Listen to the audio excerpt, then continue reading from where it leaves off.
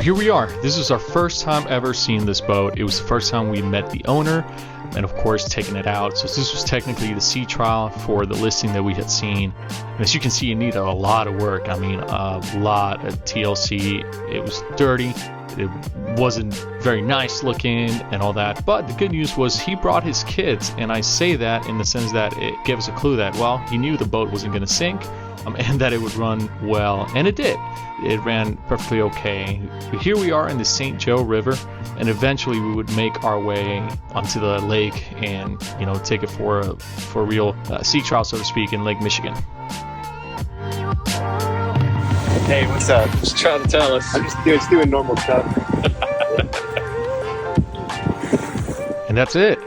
We were hooked. We knew we wanted to be out on the water as much as we could, so we went ahead and bought it. The next week it was already cold, and so we needed to take it out of the water for storage and winterization, of course.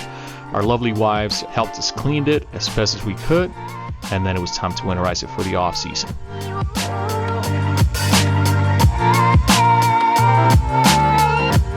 After that, it was time to get to work. We knew we needed to build new seats for the fly bridge, and that was one of the first things we tackled. So we got some wood.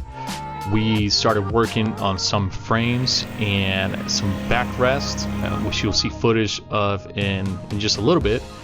And we started working on all the projects that we could during the off season, knowing that we only had a few months before we could be out on the water, and we wanted to make it count.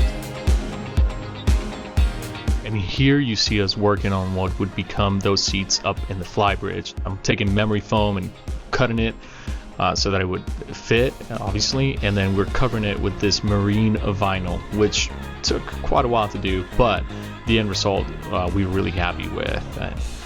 Here you'll see the before and the after. Here I am working on the backrest, and this marine vinyl was actually really good to work with. We think it'll last for a long time, and we can link it if you want on the video description. Here we are removing those old rotted frames so that we can install the new ones, and here's the end result. Obviously there's still some cleaning on the back of it that we need to do. This was a real challenge. We decided obviously to sand this so that we could restain it and refinish it, and the end result was really impressive. One of the things that brought more life to the boat than anything else that we did to it, really. It was a lot of work, many hours, but it came out looking fantastic. We were really happy with it. You'll see the end result here in just a second, and we think it just changed the whole feel of the boat. Needless to say, we did this on all the other wooden teak parts of the boat.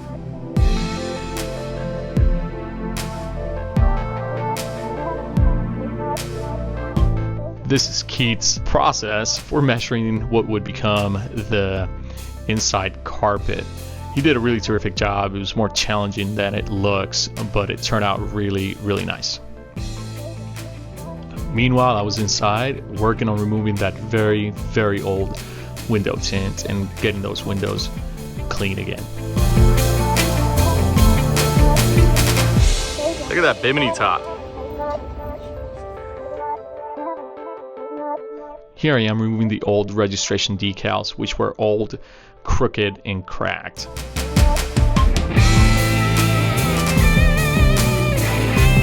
This is when they came to move the boat. This was a really interesting process. Obviously, it was new to us, so we were all excited about it.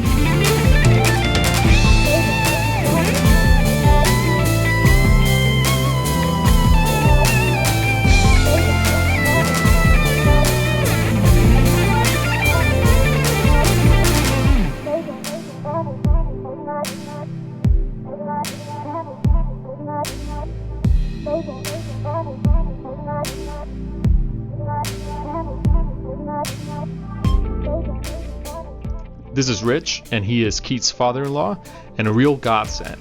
He's owned boats for over 20 years, and he taught us so much in such a short amount of time. We're really lucky to have him with us this day and throughout our journey. And after we docked, it was time to get back to work. Here it is, more sanding.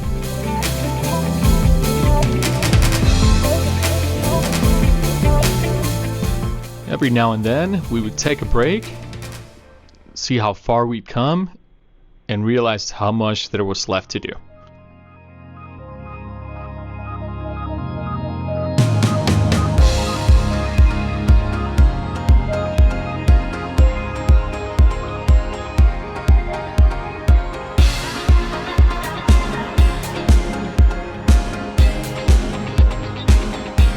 Alright, so here's what's happening so far. We went and got new batteries. We need 4 batteries, 2 starters, 2 deep cycles. Keith got them installed. He's good to go. But then we were freaking out because one of the bilge pumps wasn't working. And we finally figured out what it would be connected to. Say what? I'm just telling... About how we're electrical geniuses? Yes. Yeah.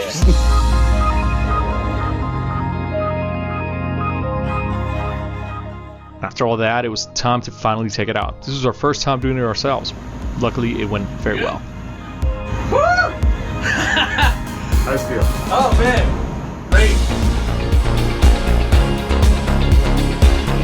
All right, Keith.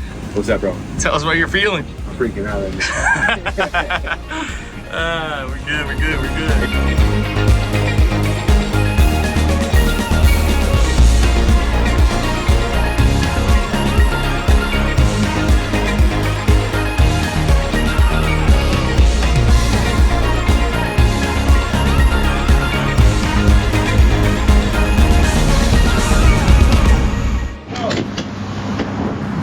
What did they say in that movie Titanic? I don't know. I haven't seen that.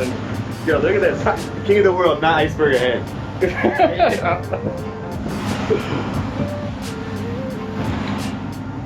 This is ridiculous, man. Look over there.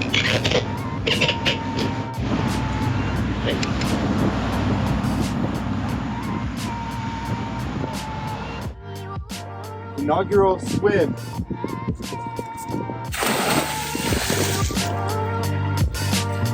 Woo, it's hot. Hot water. This is worth mentioning. We worked really, really hard on this boat, but we took our breaks too. Another Michigan sunset, baby. We enjoyed everything that Lake Michigan had to offer, everything that St. Joe had to offer. It was a blast. We were working on a project that we were so excited about while still being able to enjoy all this.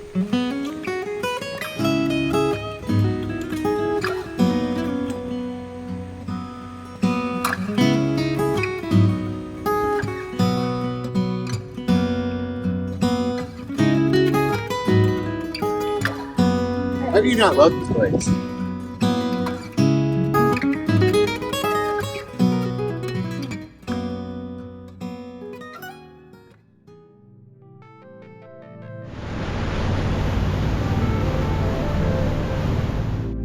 Yeah, looking good, y'all.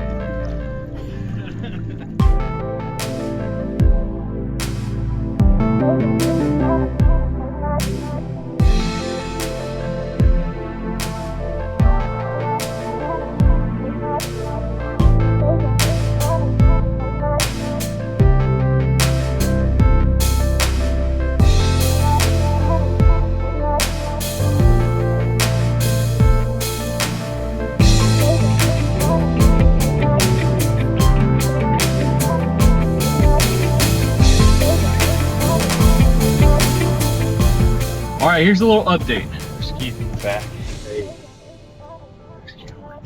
All right, we have been working on the stereo, which has been quite a nightmare. Because first we were sold the wrong speakers. They were the right speakers, but without the LEDs, and we wanted the LEDs. Then in that same package, they sent us a receiver, which is the head unit. That's not compatible with the LED controller, so we had to switch that out. And then also the running the cabling and all that stuff, which Keith figured out pretty quickly, and you know, we got it done. And then a lot of splicing and connecting cables and stuff like that. We're about 80% done at this point.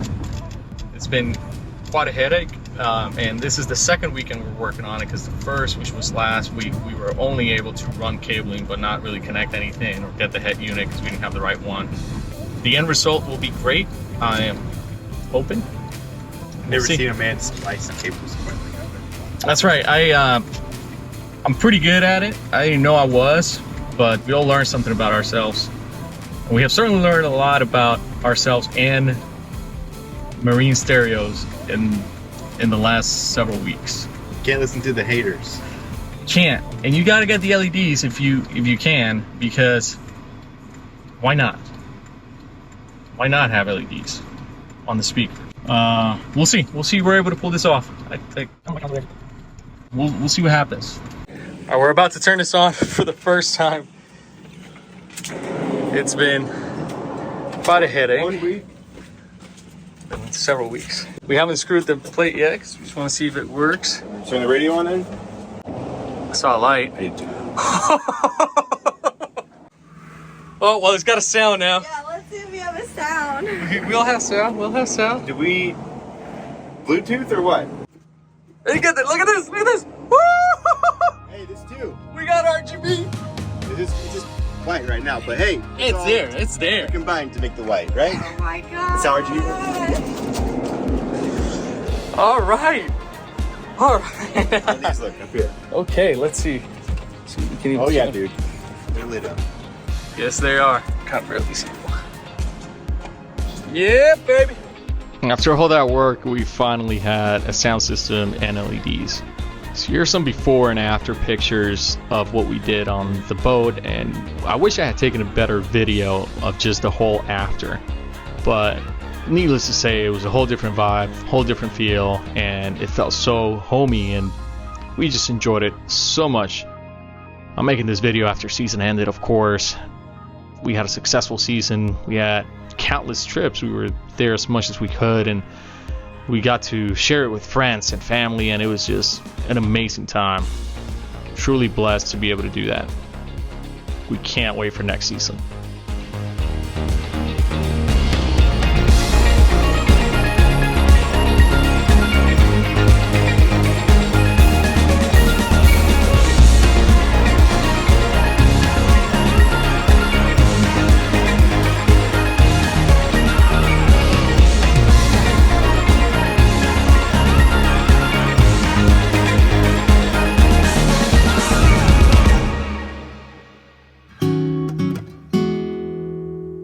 That's my homie.